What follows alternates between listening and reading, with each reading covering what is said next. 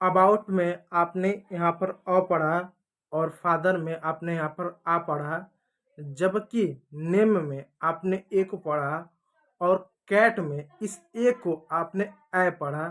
क्या आपने इस पर ध्यान दिया?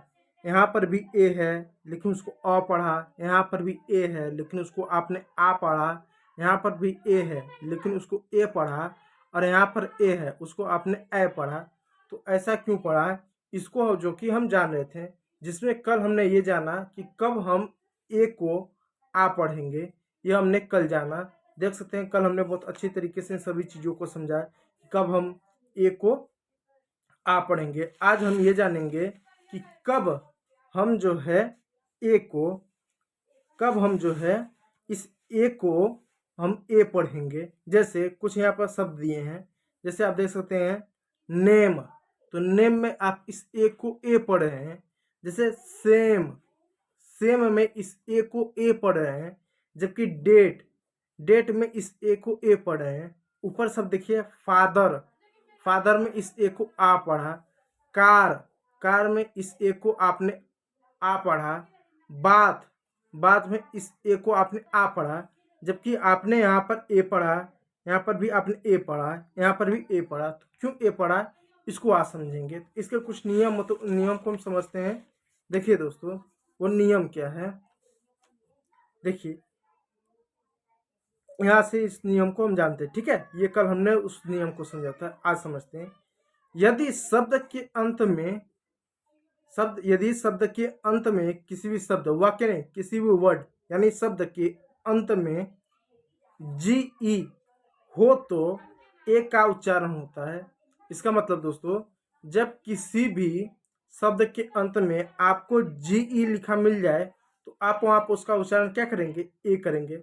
जैसे कुछ एग्जाम्पल लीजिए, जैसे यहाँ पर एक शब्द है, इसको हम एज पढ़ते हैं। एज क्यों पढ़ा? क्योंकि शब्द के अंत में जी ई है, जी ई है, एज।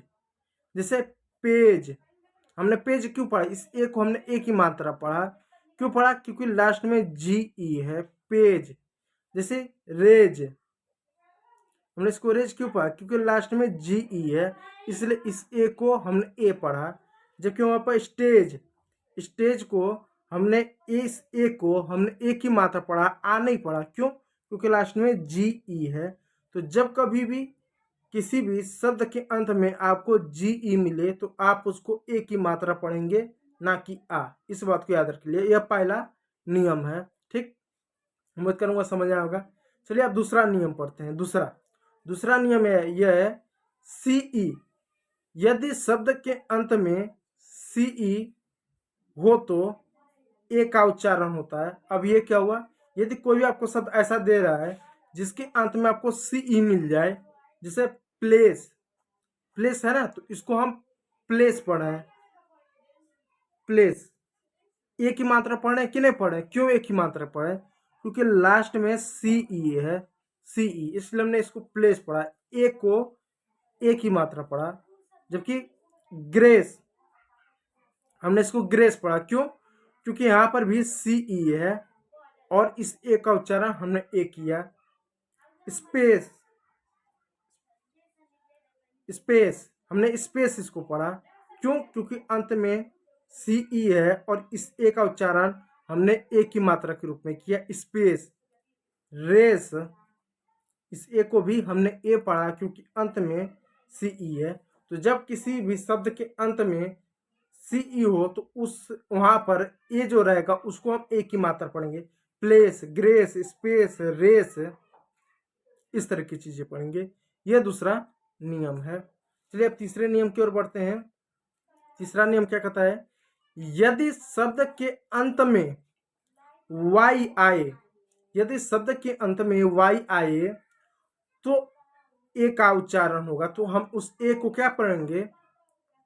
ए पढ़ेंगे। जैसे डे, हम इसको डे लिखते हैं। डे क्यों पढ़े? क्योंकि अंत में वाई आया, तो इस ए को हमने डे पढ़ा, ना कि डा। हमने इसको वे पढ़ा। क्यों? क्योंकि अंत में वाई आया, इस ए को हमने ए की मात्रा पढ़ा। पे, जैसे गूगल पे, फोन पे होता ना, पे, हमने इस ए को ए की मात्रा पढ़ा क्योंकि अंत में वाई आया। जैसे बे, इस एक को हमने एक की मात्रा पढ़ा क्योंकि अंत में वाई आया। ले, इस ले को हमने क्यों पढ़ा क्योंकि ए के बगल में वाई है, इस वजह से हमने इसको क्या पढ़ा, ले, ए की मात्रा पढ़ा। प्ले भी हो सकता है, में भी हो सकता है, ये सारे शब्द क्योंकि अंत में वाई है। चलिए और भी कुछ नियम देख लेते हैं, कुछ और भी नियम है, ठीक है। अब वीडियो यदि अच्छा लग रहा होगा तो लाइक कर दीजिएगा और चैनल को तो सब्सक्राइब जरूर कर लीजिएगा, ठीक है। अब देखिए चौथा नियम, इधर चौथा नियम क्या है, यदि शब्द के अंत में ई हो, यदि किसी भी शब्द के अंत में ई हो तो ए का उच्चारण होता है। जैसे टेक, अंत में क्या है, ई है, तो हमने टेक कहा, टाक नहीं कहा, टूक नहीं कहा, टेक कहा, ए की मात्रा। लेक, लेक में होता है झील, हमने क्या किया, इस ई रहा तो ई रहने की वजह से हमने इस ए को क्या पढ़ा, ए पढ़ा। लेक, शेक, शेक में होता है जूस, इस ई को रहने की वजह से, इस लास्ट में ई था इस वजह से हमने इसको क्या पढ़ा, ए पढ़ा, शेक। मेक, मेक क्यों पढ़ा क्योंकि ई है लेकिन उससे पहले क्या ए है, लास्ट में ई होने की वजह से इस ए को हमने मेक पढ़ा, ए की मात्रा को पढ़ा, ठीक है। इस बात को याद रखिएगा। अब आगे देखते हैं पांचवा नियम। हालांकि इसमें कुछ आपको अपवाद भी मिलेगा, जैसे एस डबल ई सी, इसको हम सी पढ़े, ए नहीं पढ़े हैं, डबल ई है, ए तो है ही नहीं, डबल ई है, इस बात को याद रखिएगा।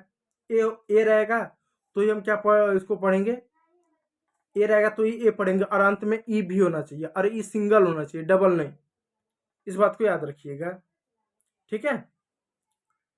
तो कुछ इसके अपवाद मिल जाएंगे, अपवाद को बाद में देखेंगे। पांचवा नियम देखिए, यदि शब्द के अंत में या बीच में, अब ये इस शब्द को ध्यान दीजिएगा, अब तक क्या था कि शब्द के अंत में, लेकिन यहाँ पर केवल अंत में नहीं बल्कि बीच में, यदि शब्द के अंत में और बीच में ए आई आए, यानी ए और आई आए तो ए का उच्चारण होगा, यानी इस ए को हम ए पढ़ेंगे। जैसे कुछ एग्जाम्पल देखिए, जैसे रैन, हमने रेन पढ़ा ना, रेन क्यों पढ़ा क्योंकि यहाँ पर आई, यहाँ पर क्या ए आई आया, ए आया फिर आई आया, ए आई आया, तो हमने इसको रेन पढ़ा।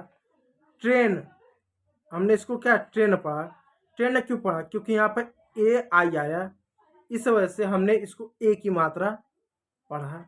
जैसे पेंट, हमने इसको क्या पेंट पढ़ा, क्यों क्योंकि ए आई आया, इस वजह से हमने इसको पेंट पढ़ा। जैसे टेल, टेल मतलब होता है पूछ, ए आई आया इस वजह से हमने इसको ए की मात्रा पढ़ा। तो ये कुछ नियम है कि कब हम ए को ए पढ़ेंगे। अब सवाल है ए को ए पढ़ेंगे, ये हमने नियम की क्यों चर्चा कर रहे हैं, चर्चा इस वजह से कर रहे हैं, जैसा मैं बताते चला आया हूँ, जो आपका ए है इसके कई सारे उच्चारण, हम ए को अ भी पढ़ते हैं, ए को आ भी पढ़ते हैं, ए को ए भी पढ़ते हैं, और ए को ए भी पढ़ते हैं, और कभी कभी ए को अ ये भी हम पढ़ते हैं। कुछ एग्जाम्पल ले सकते हैं, जैसे अबाउट, जैसे फादर, जैसे नेम, जैसे मैन। अब ध्यान दीजिए, यहाँ पर ए रहा, इसको हमने अबाउट पढ़ा, यहाँ पर आ रहा, यहाँ पर ए रहा तो हमने इसको आ पढ़ा, जबकि यहाँ पर भी ए रहा तो हमने उसको ए पढ़ा, और यहाँ पर भी ए रहा हमने उसको ए की मात्रा पढ़ा। ऐसा क्यों, वो हमको समझना पड़ेगा। तो आज तक हमने दो चीज़ को पढ़ लिया कि कब हम आ पढ़े